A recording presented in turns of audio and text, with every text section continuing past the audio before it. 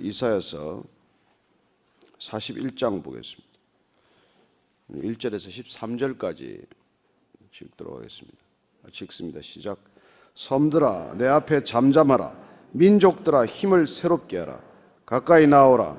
그리고 말하라. 우리가 서로 재판자리에 가까이 나아가자. 누가 동방에서 사람을 일깨워서 공의로 그를 불러 자기 발 앞에 이르게 하였느냐. 열국을 그의 앞에 넘겨주며 그가 왕들을 다스리게 하되 그들이 그의 칼에 티끌 같게 그의 활에 불리는 촉에 같게 하며 그가 그들을 쫓아가서 그의 발로 가보지 못한 길을 안전히 지났나니 이 일을 누가 행하였느냐. 누가 이루었느냐. 누가 처음부터 만대를 불러내었느냐. 나 여호와라. 처음에도 나요 나중 있을 자에게도 내가 곧 그니라. 섬들이 보고 두려워하며 땅끝이 무서워 떨며 함께 모여와서 각기 이웃을 도우며 그 형제에게 이르기를 너는 힘을 내라 하고 목공은 금장색을 격려하며 망치로 고르게 하는 자는 매질꾼을 격려하며 이르되 땜질이 잘 된다 하니 그가 못을 단단히 박아 우상을 흔들리지 아니하게 하는도다. 그러나 나의 종 너 이스라엘아 내가 택한 야곱아 나의 벗 아브라함의 자손아 내가 땅끝에서부터 너를 붙들며 땅 모퉁이에서부터 너를 부르고 내게 이르기를 너는 나의 종이라. 내가 너를 택하고 싫어하여 버리지 아니하였다 하였노라. 두려워하지 말라. 내가 너와 함께함이라. 놀라지 말라. 나는 내 하나님이 됨이라. 내가 너를 굳세게 하리라. 참으로 너를 도와주리라. 참으로 나의 의로운 오른손으로 너를 붙들리라. 보라 내게 노하던 자들이 수치와 욕을 당할 것이요 너와 다투는 자들이 아무것도 아닌 것 같이 될 것이며 멸망할 것이라. 내가 찾아도 너와 싸우는 자들을 만나지 못할 것이요 너를 치는 자들은 아무것도 아닌 것 같고 허무한 것 같이 되리니 이는 나 여호와 너의 하나님이 내 오른손을 붙들고 내게 이르기를 두려워하지 말라. 내가 너를 도우리라 할 것임이니라. 아멘. 오늘 하나님께서는 마치 재판정에서 재판을 시작하는 것 같은 준엄한 어조로 말씀하십니다. 섬들아 내 앞에 잠잠하라. 민족들아 힘을 새롭게 하라. 가까이 나아오라. 그리고 말하라. 우리가 서로 재판자리에서 가까이 나아가자. 우리는 역사를 통해서 많은 것을 보고 배우고자 합니다. 그러나 역사를 통해서 인간만을 본다면, 인간의 역사만을 우리가 발견하게 된다면 단 한 가지를 발견하게 됩니다. 인간은 끊임없이 동일한 실수를 되풀이하고 있다는 것입니다. 인류가 역사를 통해서 배우는 게 과연 무엇이겠습니까? 끊임없이 동일한 잘못을 반복하고 있다는 것이죠. 아이들 키워보면 어떻습니까? 어쩌면 그렇게도 같은 실수를 때마다 같이 하는 것을 우리는 보게 됩니다. 아이들이 그렇듯 어른들도 크게 다르지 않습니다. 개인이 그렇듯 나라와 민족도 크게 다르지 않습니다. 왜 그럴까요? 성경은 분명한 대답을 우리에게 알려주고 있습니다. 죄인의 속성이기 때문입니다. 죄로부터 벗어나지 않는 한, 진정한 구원에 이르지 않는 한 인간은 옛 습성, 옛 자아, 옛 사람으로부터 결코 벗어나지 못하기 때문입니다. 오늘 하나님께서 이스라엘 백성들이 바벨론의 포로로 끌려갔지만 그들이 새로워지기를 간절히 바라는 마음을 우리는 어렴풋이나마 느끼게 됩니다. 하나님의 마음은 어떤 것일까요? 하나님의 마음은 심판에 있지 않습니다. 하나님의 마음은 궁극적으로 구원에 있습니다. 그러나 하나님께서는 구원을 약속하셨고 흔들리지 않는 구원의 언약을 지켜나가고 계시지만은 누가 과연 그 약속을 잊어버리고 누가 과연 그 약속을 깨뜨리느냐는 것이죠. 하나님께서는 언약을 일방적으로 맺으셨습니다. 그리고 일방적으로 지키겠다고 약속을 하셨습니다.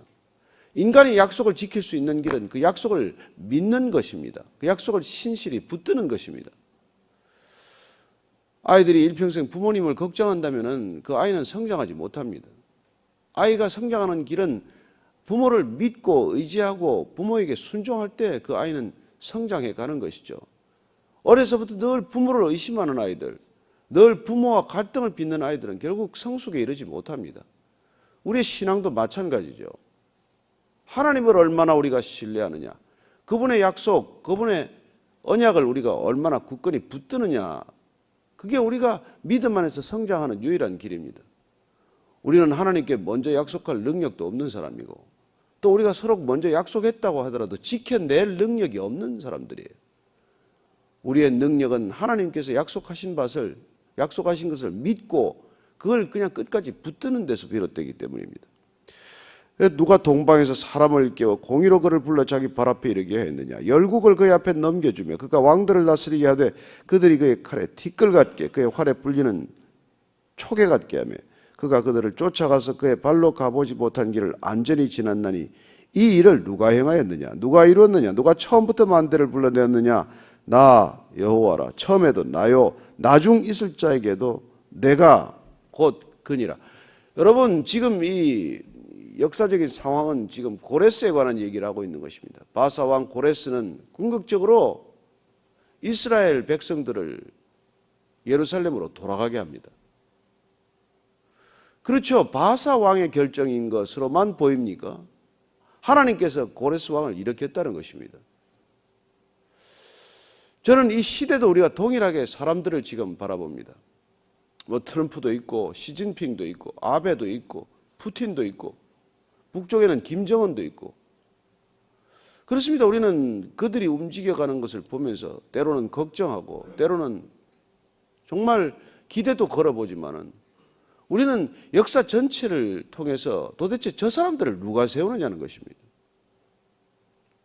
그 나라 그 백성들이 뽑아서 선출한 사람들이겠지만 그러나 궁극적으로 이 역사가 흘러가는 큰 흐름을 보면 누가 사람을 일으키고 누가 나라를 일으키고 누가 한 민족을 멸망에 이르게 하며 누가 한 지도자가 흔적도 없이 사라지는 것입니다. 우리는 베를린 장벽이 무너진 이후로 동유럽이 무너지는 것을 보았습니다. 누가 어떻게 해서 여러분 공산주의 철옹성과 같은 무너지지 않은 공산주의가 무너지고 맙니까? 어떻게 해서 소비에트 러시아는 그렇게 깨어지고 마는 것입니까? 누군가 먼 훗날에 야다 이게 정사가 아니라 야사처럼 기록한다면은 여러분 그 러시아에 찾아가서 미소 정상을 했던 레이건 대통령이 정상회담 때 하나도 의제를 얘기하지 않고 오직 예수님이 얘기를 했다는 설이 있어요.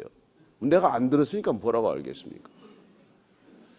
정상회담에 가서 딴 아젠다를 얘기한 게 아니라 믿음, 신앙에 관한 얘기를 주로 나누었다는 것을 전해 듣습니다. 그리고 나서 러시아의 태도가 바뀌었다는 그런 얘기를 전해 듣는 뿐이죠. 저는 어쨌건 그 레이건 대통령이 이 땅의 악의 축을 얘기했을 때 많은 사람들은 저게 외교적으로 쓸 수 있는 표현인가 그렇게 비난하는 소리들이 들렸습니다. 어떻게 미국 대통령이 한 나라를 악의 축으로 규정하느냐. 그렇습니다. 그는 신앙에 붙들렸기 때문에 담대하게 그런 표현을 쓸 수 있었고 정상회담에서도 신앙을 얘기할 수 있을 만큼 그는 어쩌면 하나님께 붙들렸겠죠. 역사를 보는 눈을 가졌기 때문에 역사를 주관하는 분이 인간이 아니라 하나님이라는 것을 그가 믿었기 때문에 그렇게 담대하게 얘기할 수 있는 것이죠. 어쨌건 하나님께서 역사를 주관한다는 것을 알게 되면 이 역사에 맞서는 자들이 어떤 일을 하고 있는지를 알게 됩니다. 5절부터 7절까지를 한번 읽어보겠습니다. 시작. 섬들이 보고 두려워하며 땅끝이 무서워 떨며 함께 모여와서 각기 이웃을 도우며 형제에게 이르기를 너는 힘을 내라 하고 목공은 금장색을 격려하며 망치로 고르게 하는 자는 매질꾼을 격려하며 이르되 땜질이 잘 된다 하니 그가 못을 단단히 박아 우상을 흔들리지 아니하게 하는도다. 그들의 결론은 우상을 더욱 든든하게 하는 거라고 말합니다. 뭐 매질꾼을 부르고 장색을 부르고 불러서 결국은 인간이 인간 스스로를 지키기 위해서 할 수 있는 일이란 우상을 더 단단하게 만드는 길이라고 말합니다. 그렇습니다. 지금 세계 경제가 흔들리지 않도록 얼마나 많은 보조장치를 만들었습니까? 각국이 재정정책을 통해서 그야말로 거품을 한없이 만들어 놓았죠. 언제 이 거품이 꺼질까요? 꺼지지 않도록 인간이 할 수 있는 일은 무엇이라고 생각하십니까? 풍선은 언제까지 바람을 견딜까요? 그러나 언젠가는 터지지 않겠습니까? 미중 간의 무역 전쟁이 심상치 않게 진행이 되고 있습니다. 한반도에 미칠 영향은 지금 군사적인 영향 이외에도 이 경제적인 영향은 큰 아마 파도로 닥쳐오겠죠. 어쨌건 그러나 인간은 이걸 붙들고 있습니다. 우리는 하나님께 이 문제를 올려드리고 하나님께서 다시 한번 역사의 섭리 가운데 손길로 은혜를 베풀어 주기를 간구하는 자들입니다. 위정자들을 위해서 기도하는 까닭도 하나님께서 저들의 마음을 움직여지도록 하는 것이죠. 그렇습니다. 사람만 보며 기도하지 않습니다. 우리는 하나님께서 사람을 움직이고 쓰시는 것을 알기 때문에 그분께 전심으로 매어 달리는 것이죠. 오늘 하나님께서 법정에서 지금 이렇게 시시비비를 가리는 것입니다. 그래, 너희들이 할 수 있는 일이 뭐냐? 고작 할 수 있는 일이 그 우상 좀 더 단단하게 붙들어 매는 것이라고 말하는 것이죠. 인간이 하고 있는 역사를 그렇게 한마디로 평가하는 것입니다. 못을 단단히 박아서 우상을 흔들리지 않게 하는구나. 그렇습니다. 지금 하나님께서 비록 바벨론 땅에 포로로 살아가고 있는 그들이지만 이스라엘 백성들에게는 이렇게 말씀해 주고 계십니다. 8절부터 10절까지입니다. 시작. 그러나 나의 종 너 이스라엘아, 내가 택한 야곱아, 나의 벗 아브라함의 자손아, 내가 땅끝에서부터 너를 붙들며 땅 모퉁이에서부터 너를 부르고 내게 이르기를 너는 나의 종이라. 내가 너를 택하고 싫어하여 버리지 아니하였다 하였노라. 두려워하지 말라. 내가 너와 함께함이라. 놀라지 말라. 나는 내 하나님이 됨이라. 내가 너를 굳세게 하리라. 참으로 너를 도와주리라. 참으로 나의 의로운 오른손으로 너를 붙들리라. 열방을 향한 하나님의 심판에 관한 준엄한 말씀에 이어서 이스라엘 백성들에게 말씀하십니다. 나의 종 너 이스라엘아. 그렇습니다. 우리는 하나님의 종으로 부르심을 받았습니다. 바울의 서신서 앞에마다 나오는 표현이 뭡니까? 예수 그리스도의 종, 사도된 나 바울 이렇게 말하지 않습니까? 왜 그런 표현을 씁니까? 여러분 정말 사랑하면 그분의 종이 되고 싶지 않습니까? 정말 사랑하면. 그래서 여러분 되게 이게 프로포즈 할 때 무릎을 꿇고 하지 않습니까? 나는 종이 되겠다. 정신 나간 짓이지만은 잠시나마 종이 되겠다는 거예요. 그러고는 금방 주인 노릇을 하기 때문에 문제가 생기는 것이죠. 사랑한다는 것은 종이 되고자 하는 마음이에요. 그런데 그걸 못 지키는 것이죠. 그 사랑을 못 지키는 것이죠. 주인 되고자 하는 마음은 사랑이 없다는 뜻이에요. 종이 되고자 하는 마음은 사랑한다는 고백입니다.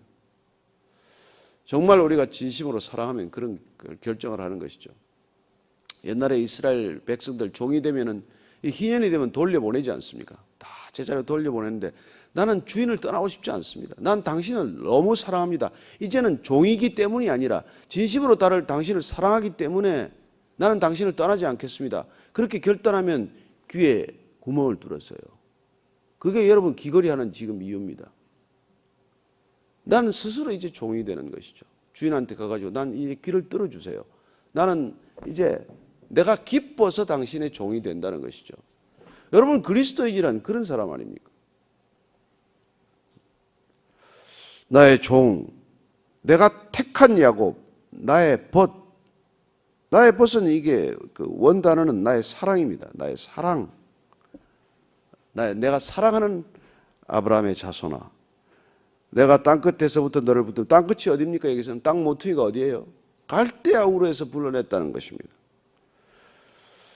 그리고 내가 너를 택하고 싫어하여 버리지 아니하였다 하였노라. 지금 이스라엘 백성들은 버렸다, 우리를 싫어해서 버렸다라고 지금 생각하고 있지 않습니까? 우리가 포로까지 끌려왔다면 싫어서 버린 것 아니고 뭡니까? 이렇게 항변하고 싶겠지만 하나님께서 여전히 그들을 사랑하고 계신다는 것입니다. 그게 우리는 이해가 안 돼요. 우리가 어릴 때 이해가 됐습니까? 매를 든 부모의 사랑을 이해를 했습니까? 야단치는 우리의 부모의 사랑이 이해가 됐습니까? 우리는 그때는 이해를 못했어요. 그렇지만 자라고 보니까 사랑하기 때문에 매를 들었고, 사랑하기 때문에 때로는 냉담하게 쳐다보지도 않았고, 사랑하기 때문에 때로는 그냥 굳게 침묵하는 모습을 우리는 보지 않았습니까? 그래서 주님께서 이렇게 다시 안심시켜 주는 것입니다. 두려워하지 말라. 내가 너와 함께함이라. 비록 내가 포로일지라도 내가 감옥에 있을지라도, 내가 병원에 있을지라도 두려워하지 말라. 내가 너와 함께 있다는 것입니다. 두려워하지 말라. 두려워하지 마십시오. 여러분, 두려워하지 마십시오. 두려워하는 것이야말로 믿음 없음의 고백입니다. 내가 믿습니다 하는 건 무슨 뜻이에요? 내가 두려워하지 않을 근거가 있다는 것이죠. 그게 믿음 아닙니까? 어니 젤린스키라는 분이 두려움에 관한 연구를 했는데 보니까 이게 40%는, 두려워하는 40%는 아무 근거가 없는 거예요. 두려워하는 30%는 이미 일어났던 일에 대한 기억입니다. 그래서 두려워하는 거예요. 그리고 두려워하는 것의 22%는 지극히 사소한 것들이라고 말합니다. 두려워할 만한 가치도 없는 것들을 두려워한다는 거예요. 기껏 고작 4%는 우리 힘으로 할 수 없는 것들이라고 말합니다. 그리고 남아있는 4%는 내가 바꿀 수 있는 것들이라는 것이죠. 우리가 실제 걱정하고 살아가는 것들의 4% 정도만 내가 핸들링 할 수 있는 일이지, 나머지 98%는 우리가 상관없는 것들이에요. 그래서 사실은 그 사람이 쓴 책의 이름이 재밌게도 모르고 사는 즐거움이라는 책에 제목을 붙였어요. 괜히 어줍지 않게 알아가지고 너무 많은 걱정을 하는 것이죠. 여러분, 이 세대가 왜 이렇게 걱정이 많은지 아십니까? 너무 많은 지식 때문에 생긴 거예요. 너무 많은 지식 때문에. 지난번에 우리 안 목사님 이렇게 얘기 들어보니까 의사하기 제일 어렵다는 거 아닙니까? 의사 진단을 하면 그 자리에서 지금 서치를 해보고 이 약이 뭔지에 대한 얘기를 하고, 그래서 병 진단도 자기가 내리고, 온갖 병에 대한 지식, 그리고 모든 것들에 대한 지식이 너무 많아져서 너무 많은 고민거리가 생긴 거예요. 저는 때로 여러분들이 담대한 믿음으로 몰라도 걱정하지 않고 살게 되길 바랍니다. 그렇습니다. 40%는 아무 근거도 없는 것을 걱정한다고 하니까 우리가 얼마나 불필요한 일들을 많이 걱정을 하고 살겠어요. 그 걱정이 주는 두려움에서 풀려나게 되기를 축복합니다. 네, 풀려나게 되기를. 하나님이 함께하고 계신다. 이것처럼 든든한 게 어디 있습니까? 아이에게 부모가 함께 있다, 엄마가 품에 안고 있다, 이거보다 더 든든한, 안심할 수 있는 근거가 어디 있겠어요? 그리고 부모밖에 진짜 도와줄 사람 없습니다. 그리고 진짜 여러분, 부모밖에 도와줄 사람 없습니다. 자녀도 도움이 잘 안 됩니다. 저는 여러분들이 정말 아군과 적군을 식별하고 살게 되기를 바랍니다. 저희들은 우리 부부가 가끔 가다가 당신 아군이냐 적군이냐 확인하는 절차를 가끔 가지는데, 그리고 서로 아군에게 총질하지 말자. 이게 우리 부부의 가훈입니다. 아군에게 총질하지 말자. 여러분, 적군에게 총질하십시오. 얼마나 많은 가정들이 아군끼리 총질하는지 몰라요. 얼마나 많은 가정들이 아군끼리 총질하다가 무너지는지 모릅니다. 얼마나 많은 민족들이 아군끼리 총질하다가 나라가 망하는지 몰라요. 뭡니까 도대체? 여야가 적입니까? 언론과 정치가 적입니까? 문화와 사회가 적입니까? 어리석은 자들은 털 안에서 총질하다가 망하는 거예요. 여러분, 내우외환입니다. 외환이 먼저 아니에요. 내우가 먼저입니다. 안에서부터 시작된 걱정거리가 밖에 환란이 되는 것이죠. 하나님께서 우리에게 늘 내가 너를 도와주리라 안에서 말씀하십니다. 우리 내면에서부터 말씀하시는 목소리를 듣게 하시는 것이죠. 보라, 내게 노하던 자들이 수치와 욕을 당할 것이요. 11절, 12절, 13절 한번 같이 읽겠습니다. 시작. 보라, 내게 노하던 자들이 수치와 욕을 당할 것이요. 너와 다투는 자들이 아무것도 아닌 것 같이 될 것이며 멸망할 것이라. 내가 찾아도 너와 싸우는 자들을 만나지 못할 것이요. 너를 치는 자들은 아무것도 아닌 것 같고 허무한 것 같이 되리니 이는 나 여호와 너의 하나님이 내 오른손을 붙들고 내게 이르기를 두려워하지 말라. 내가 너를 도우리라 할 것임이니라. 하나님께서는 끝까지 너를 도우리라고 약속하십니다. 그렇습니다. 이 말씀, 이 약속, 이 선포를 굳게 붙드는 자들이 결국 승리하는 것입니다. 아는 것이 힘 맞습니다. 그러나 진짜 힘은 뭡니까? 아는 걸 믿는 거예요. 믿음이 힘입니다. 누가 너를 대적하리요? 하나님께서 너를 붙드시면 그런 믿음이 힘이 되는 것이죠. 누가 우리를 그리스도의 사랑에서 끊어지리요? 끊겠습니까? 그 사랑을 어떻게 끊겠습니까? 환난이나 곤고나 적신이나 위험이나 칼이겠느냐? 결코 하나님의 사랑에서 끊어지지 않을 것이다. 누가 우리를 대적하겠는가? 굳게 믿게 되기를 축복합니다. 이 믿음이 능력이요 믿음이 힘이라는 것을 기억하시게 되기를 바랍니다. 그럴 때 우리는 보십시오. 우리에게 노하던 자들, 그들이 오히려 수치와 욕을 당한다는 것입니다. 우리와 다투는 자들 아무것도 아닌 것 같이 될 거라고 말합니다. 싸우던 자들 만나지도 못할 거라고 말합니다. 너를 치는 자들 허무한 것 같이 되리라고 말씀하십니다. 이 약속을 믿으시기 바랍니다. 우리를 싸우고 다투고 치고 하지만 그러나 언젠가 보면 흔적도 없을 거라는 것이죠.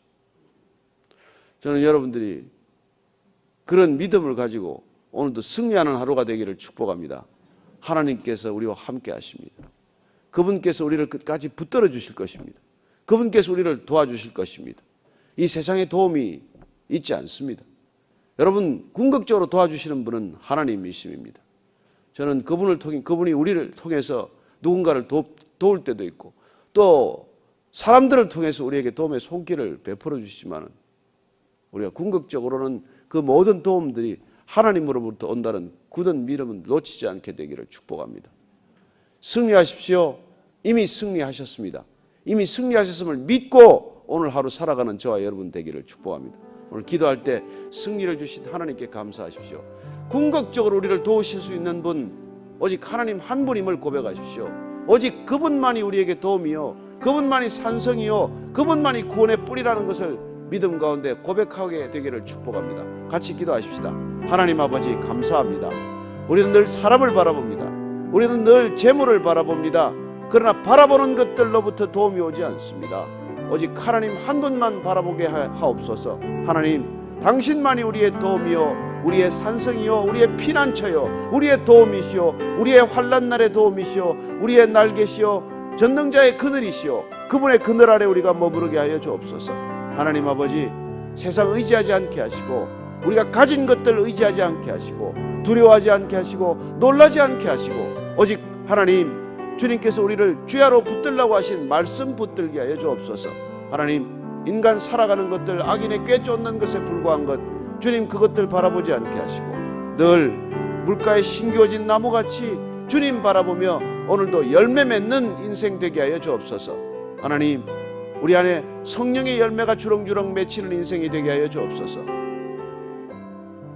하나님 아버지 초계같이 지푸라기같이 없어질 것들에 주목하지 않게 하시고 어느 날 그렇게 우리를 다투고 치고 우리를 두렵게 하던 모든 것들이 흔적도 없이 사라질 것이라는 것, 이 이사야의 관찰이 우리의 통찰이 되게 하여 주옵소서. 하나님 아버지 오늘도 두려움 없이 살아가는 하루가 되게 하여 주옵소서. 두려움이 올지라도 두려움에 사로잡히지 않게 하여 주옵소서. 주님께만 붙들리게 하여 주옵소서. 이제는 십자가에서 모든 두려움의 근거를 없앤 우리 구주 예수 그리스도의 은혜와 하나님 아버지의 두려움 없는 사랑과 날마다 두려움에 붙들릴 수밖에 없는 우리의 형편과 처지에도 불구하고 우리의 심령을 하나님께 붙들어매는 성령의 이끄심이 오늘 두려워하지 말라 내가 너를 도와주리라 내가 나의 의로운 팔로 굳세게 너를 붙들리라 말씀하시는 그 말씀에 붙들려 살아가기로 결정한 이 자리에 고개 숙인 모든 담대한 믿음의 사람들 위해 지금부터 영원까지 함께 하시기를 간절히 축원하옵나이다. 아멘.